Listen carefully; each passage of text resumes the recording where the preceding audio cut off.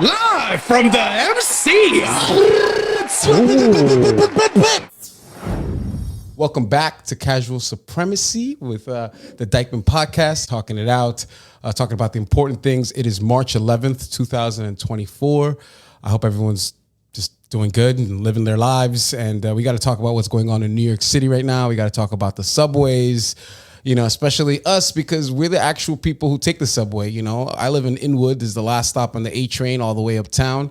I work in 14th Street, and I also work in the financial district. So I feel like every day I basically transverse all of Manhattan. You know, I've seen a lot of coverage going on about, Governor Hochul's 5-point safety plan. And, you know, I honestly just think that you can obviously tell that she is not from New York City. You know, she's a New Yorker, but she's from Buffalo, and it's not the same. She basically, you know, is from Canada. So just want to kind of discuss that with you guys and see what you think. I know it's gotten a lot of press, but I feel like real New Yorkers aren't the ones talking about it. You know, like you guys are taking the subway. So I'm going to ask you as an expert witness to tell me, you know, what your experiences are too. I know that you drive, so you don't really do that too much. No, but they have the Navy in the subway. Dude, they have the National Guard. You know, we can see what's going on. So let's take it from the top. You know, so the governor, you know, there was a spike, 45% crime spike in January. So it must be an election cycle. It must be time for them to be elected again, because 2024, baby. Exactly. And that's every time that these guys are up for re-election, all of a sudden there are all these crises. There's all these like fear and mongering. And, you know, we've talked about this even with the migrant crisis. It's all that. Everything's a crisis. And what we need are more soldiers, more guns. So what she proposed, and I know you probably heard this, 750 National Guards, additional 250 state police, right? Which is one thing. First of all, police officers themselves have been saying that this is a huge mistake. Why? Because the National Guard isn't actually trained to like arrest people. Like they have a whole different, you know, like that's why, you know, they don't send the military to police their own citizens, because it's not like, that's not what their whole point is. You know, like so this whole idea that you're going to take these soldiers with their M16s, stand them in front of the A train, open up your bag, like you're going to put the toolie in your bag, and you know what I'm saying? And then when you're ready to rob someone, you're going to pull it out your bag, out your briefcase. And it's a whole mental thing that you have to think about. These people are thinking that, you know, people, I don't know what you think is happening. But besides that, before even, you know, the governor did this, you know, she, you know, Mayor Club Promoter Adams, you know, added 1,000 additional police to the subway, costing New York City taxpayers $150 million in overtime, to what amounted to $104,000 worth of fare evasion. So to stop $104,000 worth of people jumping turnstiles, they paid $150 million. So you got to just think about that. Like really, I mean, it's a lot of money. Numbers not adding up. It's not adding up. And first of all, my first question is, why is it that these cops can't police the police station like during their regular hours? Like, you know, there's 38,000. The NYPD is like as big as like some standing armies. You know, like literally we have like the NYPD is its own army. So imagine them sending in this additional 700, like you really needed after your 38,000 cops that we pay for, you know, like you, and then not only that, but they can't do this like during their regular hours, that they're being paid this much more in overtime. You know, and again, it goes back to Club Promoter, to Captain Adams. You know, I've said it before. I think he's a plant, and I don't mean that like. I mean, I'm talking about, you know, again, the reason people like him 20 years, or the people he was elected 20 years as police captain NYPD, all good. You know, I'm not saying there's anything wrong with that, but what I'm saying is that that's how he thinks. It's like, let's, you know, more weapons, more bars, more jail time. That's gonna fix everything, and I think people are starting to realize that like maybe we could do better. We could think about things outside the box a little bit. I personally like the police there. And again, I'm on the subway all day, every day. You know, I'm taking about an hour ride both ways. I don't even remember the last time that I really witnessed a crime on the subway. You know, like I was trying to think about when's the last time I saw someone get robbed, someone get beat up, someone like shot, stabbed. I'm like 41 years old, and I'm thinking to myself, I think one time I saw someone like get snatched, like they snatched a person. You heard some, like on 42nd Street. Besides that, the only thing I'm trying to avoid on the subway are the smells. Like I'm just trying to keep that off of me, off my clothes, and kind of the crazies. And the police don't really, and if you watch them interact, they don't really mess with those people. They'll like talk to them like, hey, are you all right? Like, but they don't really engage. I was on 96th Street waiting for the one the other day. There's two cops standing there, and I would say like maybe 100 feet away, like a little bit farther down, there's a guy smoking a joint on the platform. And these cops didn't even look at him. And I'm like, every time I look, they're just standing there on their phones or talking to each other. Like I feel like I'm glad that they're there, and I'm not trying to like diss or say like, like there's nothing, but it's like, how are you also taking this extra 150 million in overtime? And then now you're telling us that it's so unsafe that you're going to send in the military and to search our bags just in case I slipped a toolie into my bag as I'm trying to go to 14th Street. To like, you really are creating something that an environment that's really not necessary. And it's already stressful enough being on the subway and spending, especially rush hours. I'm a 9-to-5er. So imagine you're on the train during the peak hours, and all you really want is someone there kind of, like looking around and walking around, patrolling, walking between the cars. They don't have to, but like for you to be standing there, think that it's safer to stand at the, in front and try to like look in my bag with your M16. I don't know. I have questions about that. And I have questions for you guys, because I really, this is open to the audience. Again, I feel like most of the document podcasts are real New Yorkers or people, it's we're not local, but it's good to at least that we're talking about local things from actual New Yorkers, and I've been getting a lot of, I've been following this a lot online, and it's so funny because I get a lot of, I comment a lot on people's things. It's fun, I'll get like 800 likes or random things. And I joked about, someone was saying that, oh, well, you're the worst of it. You're the reason, someone said that to me, like responding to my comment, like you're the reason that they need, these extra, and I was like, basically, you're the reason, you don't know anything about New York. I can tell that you're not from New York City. You're not on the subways. You're not riding every day. I don't know when the last time you felt like, hey, this is something that is getting out of control. This whole idea that crime is becoming, unbearable, or it's. I think especially New York City, you get a lot of flack because like for the rest of America, they look at New York City as this like. This hell place, this like, it's like the liberal like agenda, whatever you want to look at it. Like, they look at it and be like, look what's happening over there. California, New York City, this is the places that they hate. These are the places that they focus on, all their news. So now you have our politicians saying that, oh, it's not safe on the subway. I don't know. I mean, I'm sure that there are cases where it is and it isn't. Of course, Jay. Of course. No, of course. One can make the argument that the one train and the A train uptown, for the most part, is pretty safe. Okay. Once you hop over to that green line, okay, story changes. Especially, also the orange into Brooklyn. Okay, you get Brooklyn, Bronx. I mean, I'm sure. Listen, I've seen some things like where Manhattan, someone was shot. The A and the one. Absolutely. Yes, but absolutely, no, and I truly get that. But where are they putting these soldiers? At 42nd Street, Times Square, or like they're not putting them in the Bronx. They're not putting them in Brooklyn. I mean, they're putting some, but the main places they're putting them are like Grand Central, 14th Street. I see them there all the time. They put it in a very, the National Guard and then the NYPD, they're putting everybody else. And state troopers, they're being spread out. And listen, and you're right. It is up to, and again, this is more of a discussion. I think it's overkill, but I'm just one opinion. And I'm glad it's a true thing. There's a lot of people who think, hey, no, that's not. And they want their bag searched. But understand, it's a slippery slope. And once you start letting people just go into your bag, seeing what's going on. And again, it's this whole idea that like, these crazy people are walking around with it in their book bags. And I don't know. I mean, I've seen people maybe pushed, but when was the last time someone got shot? Like maybe it's happened. I'm not saying that's never happened, but like, is it something that is it something that is a like raging out of control is my question, that needs all this extra, besides like the 40,000, 38,000 NYPD, you tell me that they can't handle what's going on? Let me ask you this. Please. if it prevents a massacre. But that's a hypothetical, and not only that, but like, okay, you saw the shooting that happened after the Super Bowl, the Kansas City, whatever it is, the like 10, they killed one person in the parade at Kansas City. How many cops do you think were at the parade for the Kansas City Chiefs? How many cops do you think were there, and how many people got shot?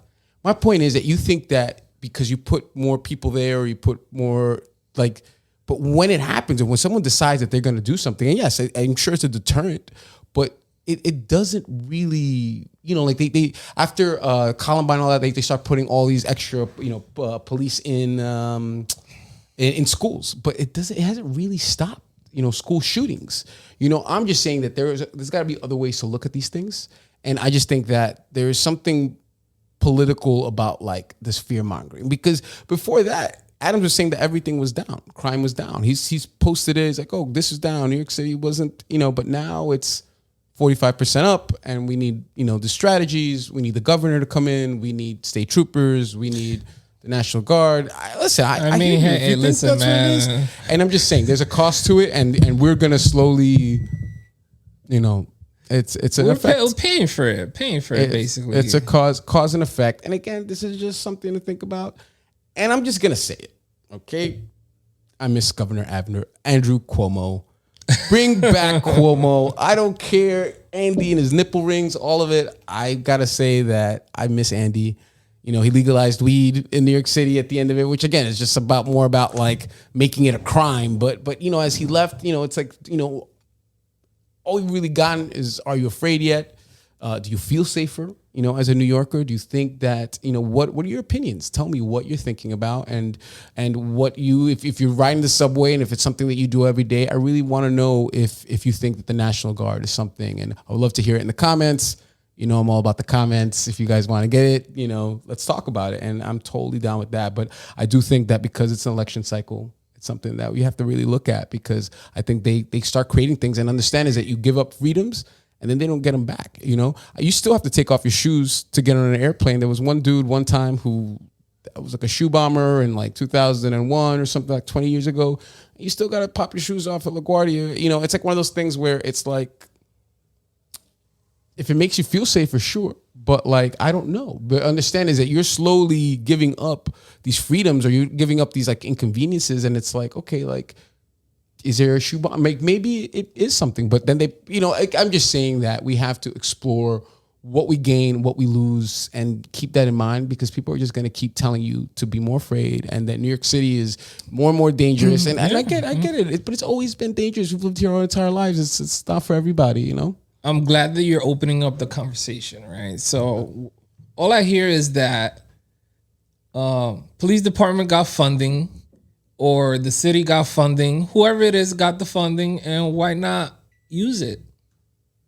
Let's just spread all the military, NYPD, pay everybody, and let Americans get paid.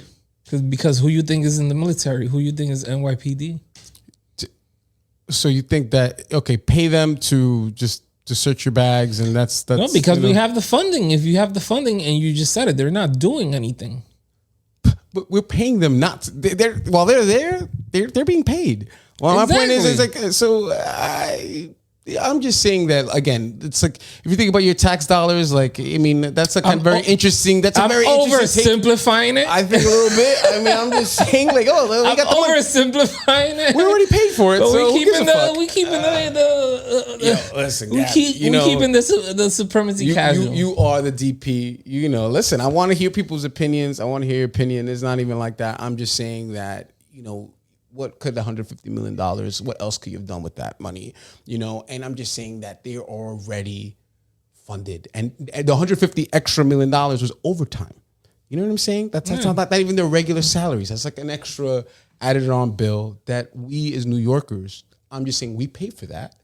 And do you think that you're getting your money's worth? That's only my question, but it seems like, I get it. You're down with that? I have my own perspective and point of view. You should. You should. you know? And so I'm always just kind of keeping that in mind. There's been a lot of opinions on it. I do think, listen, you're riding around in the Bronx at 5 a.m. taking the D train. Yeah, man, it's you're putting yourself in danger. You're putting yourself at risk. It is, but my whole point is that who's there at 5 a.m. and in you know the subway in the Bronx? Like, is it something that's not where they're putting these stations to check people's bags? You know what I'm saying? Like, I mean, it's occasional because I know they're kind of just at least putting it in people's minds that, hey, there could be someone there waiting for you, which I understand, that kind of deterrent. Like, hey, that's a great you know point. what I'm saying? See what's going on. My point is, if you leave a bag, but if you let's say a gun, right? Who puts it in their bag? It means I have a better chance of getting a gun in the subway by just putting it in my lap. Great point, because if I'm going determined, oh yeah, I'm not gonna wait to. I'm not putting it in the bag. I'm not gonna all of a sudden be like, oh, let me zip up my open up my JanSport and pull out the, it's just crazy to think that way. You're going to have it on you somewhere. You're going to have it accessible to you, and you're not searching people like that. I mean, if that would almost make more sense. But, like, again, it's a slippery slope. Again, I think that's a good idea. There's a lot of hidden metal detectors as well. Where? Because I know usually the airport has them. Oh, sure. Listen, the airport now, I was in LaGuardia recently. They had the bomb sniffing dogs now that just came out in LaGuardia. I saw that a lot in the South and Atlanta. If you go like down to South, like you go to the airport and they literally have like every like 10 steps. They're like, please, if you have a firearm, turn around, turn around. It's crazy. America's a wild place. And it's crazier because like the rest of America, like having a gun is like, yo, it's all good. They probably have that all around the subway. What? The metal detectors. Who has hidden metal detectors to detect guns? But who's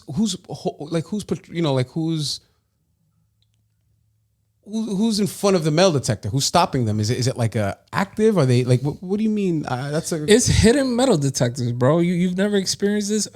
I'll give you an example. So in DR, actually, we were in Santiago. Okay. We went to pick up my brother. We were over there. Long story short, we go to the cafeteria. Next thing you know, 2 officers come by and they talk to my father. They're like, "Oh, sir, can you come with us real quick? We noticed that you have a gun on you." Okay, and is you saying that happens that in New York? Like, has that ever? I mean, I've never heard of that. Well, not in New York, but if they have it in DR, you don't think they would have it here? But I don't know. I don't think there is. I mean, I've never heard of anyone, getting pulled over or stopped, be like, hey, I think you have a gun. Like, if you've heard of that, you let me know. But like, if they don't have it here, I would say that's a pretty good idea. Just metal detectors, coming out of the subway.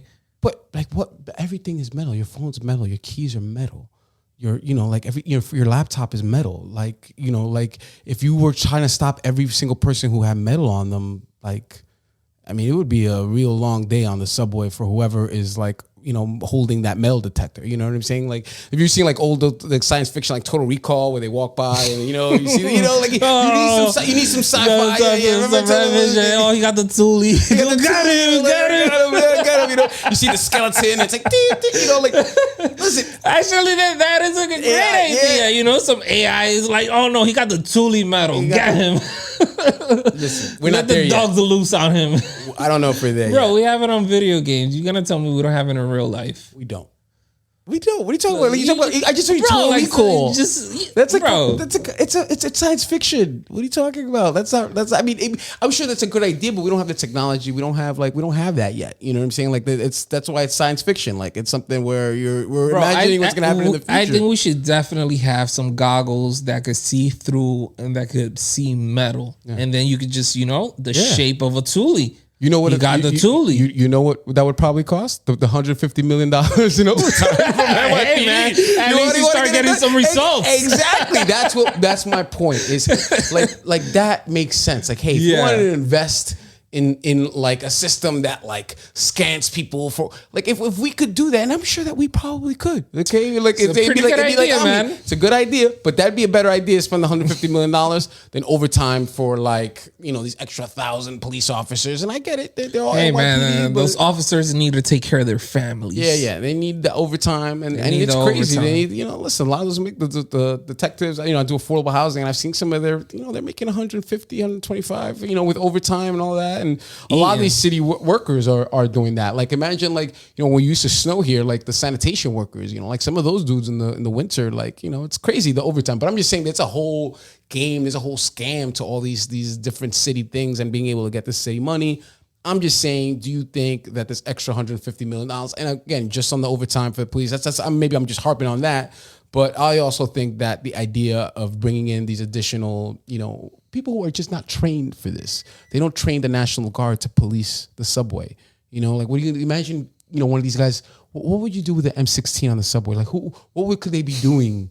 You know what I'm saying? Like imagine firing that thing on a platform or like at a turnstile to stop someone. It's just impractical. It's just one of those things that's there to look at, but like I don't really know if. Hey man, if you stay ready, you don't have to get ready. But again, man, we put more police, we put more cops everywhere, but I'm just saying, has that stopped anything? Has that stopped shootings? Maybe it has, and that's why we don't know. I guess, but there's still a lot going on. And a lot of it's not happening in New York. Again, my whole point, a lot of these shootings, all these things are happening in the South, all these places that think that we're the degenerates. It's happening there because like they have no gun laws. They don't have like New York City, how hard it is to get a gun. I talk about this all the time. We have a war on drugs. We have a war on terror. But where don't we have a war on illegal guns in this country? You know what I'm saying? Because like they're not because of the Second Amendment.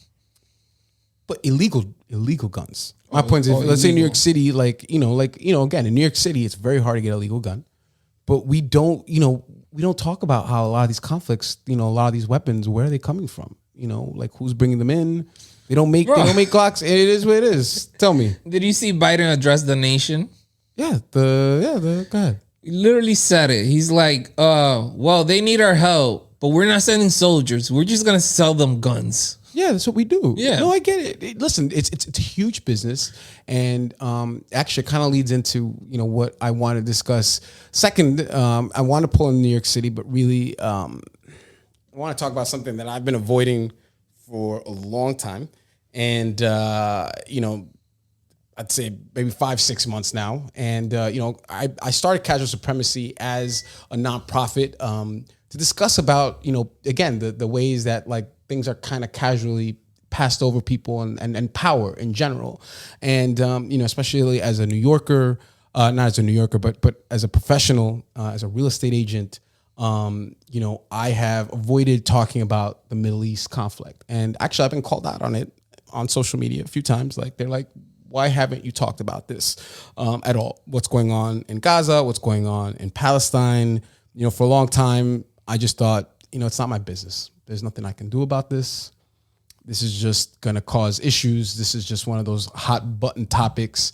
But that's why I feel like Casual Supremacy has to discuss it one way or another. And something that we just have to discuss. And I'm sure that we are all sick and tired of hearing about it, or not sick and tired of it. I'm sure going through it is even obviously worse, depending on what side you're up against or what you believe in. But there's just some things that we have to discuss. And the first thing I have to say about it is that no matter what anyone wants to say, what's going on in the Middle East, what's happening in Palestine, what's happening is not a religious conflict. So either way, let's wrap this up. Again, thank you guys for sitting down with us and listening. But again, I want to finish off this episode with a topic that I've avoided for a long time because, it gets you hurt. Again, I'm a professional. I work a 9 to 5. I work in real estate. And obviously what I'm talking about is what's happening in the Middle East, what's happening in Gaza, what's happening in Palestine, what's happening in Israel. You all right there? Okay. Yeah, I'm just good. making sure. Okay. Yeah, All right. Just drink a little water. I'm good. So, but either way, what I want to say, because there's been a lot of news coverage about this, is that, and what really inspired me to talk about this were people, Jewish people who I knew who were basically telling me like they didn't agree with what's going on.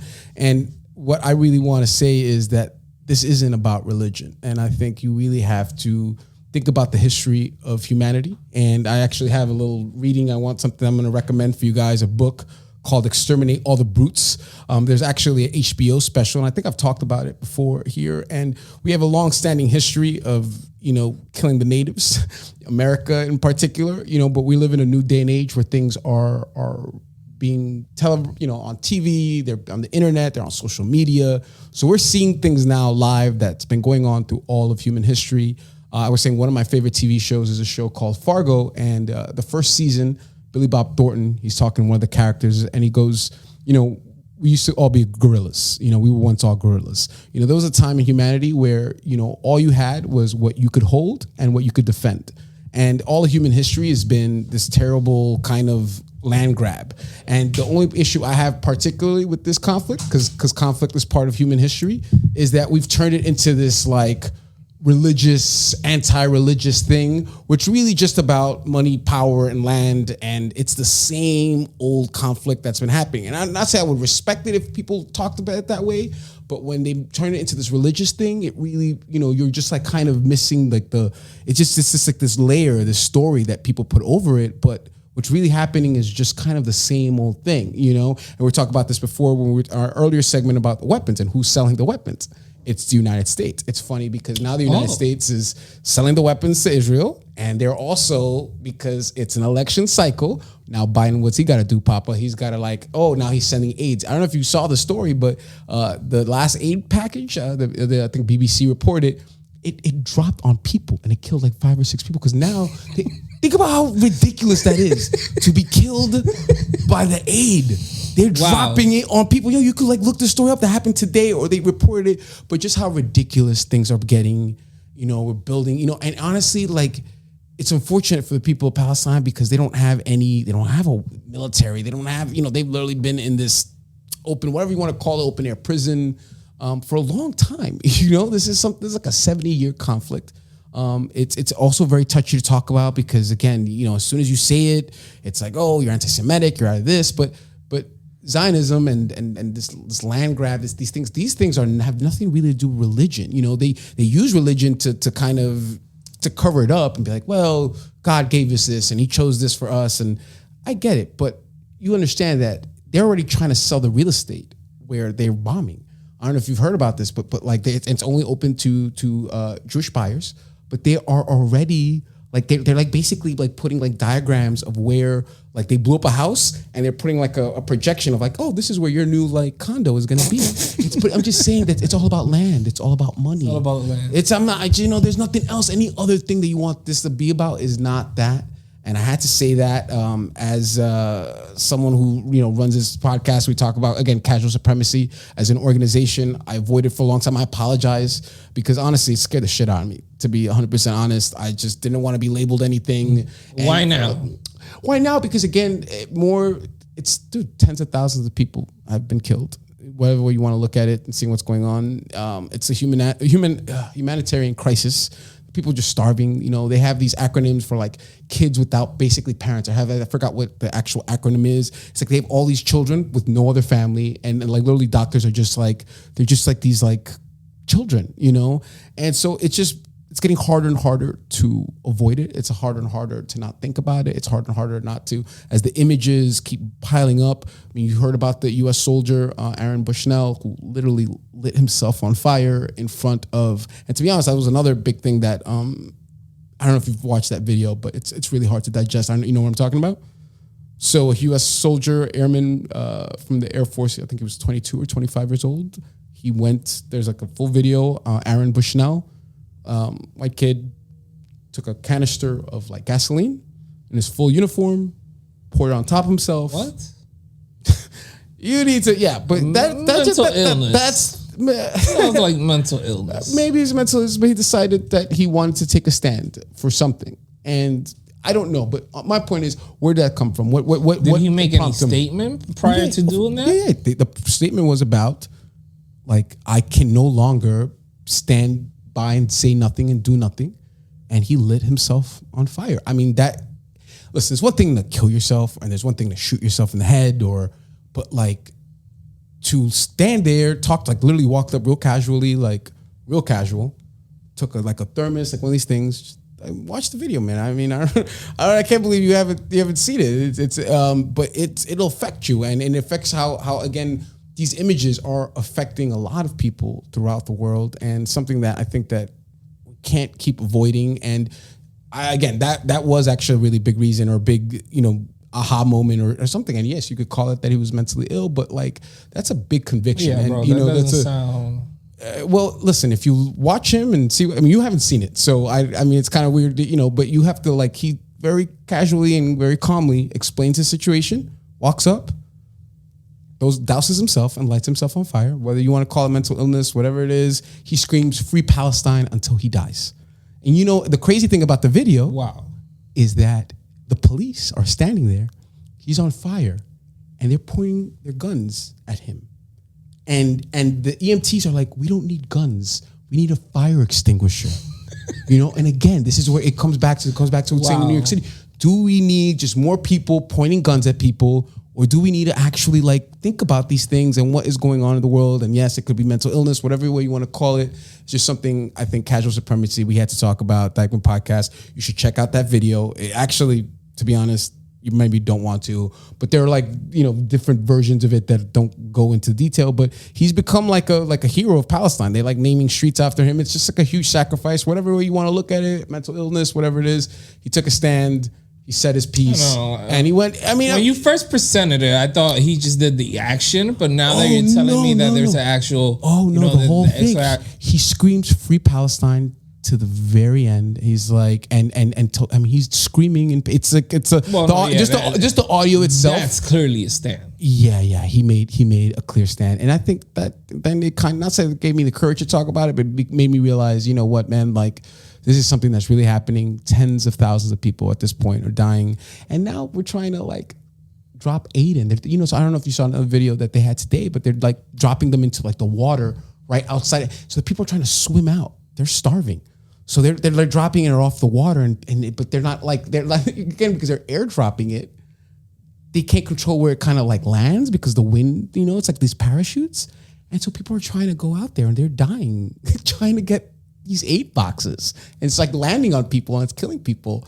And it's just crazy because again, at the same time, we won't really call for a ceasefire, or we won't do official. I don't know if you saw the Kamala Harris video where she's like, we're going to call for a ceasefire, and everyone starts clapping. And then she's like, for 6 weeks, and Hamas has to sign it. Everyone it's like like you can literally hear the whole room go, but, and honestly, I don't even think that they would even want the ceasefire right now. America is so gung-ho for Israel that like the only reason that this is happening right now is because Biden's trying to get elected in November, and he's pissing off a lot of people, and he's starting to see it, and he's starting to be like, oh, no, now you see it, he's saying it more and more often.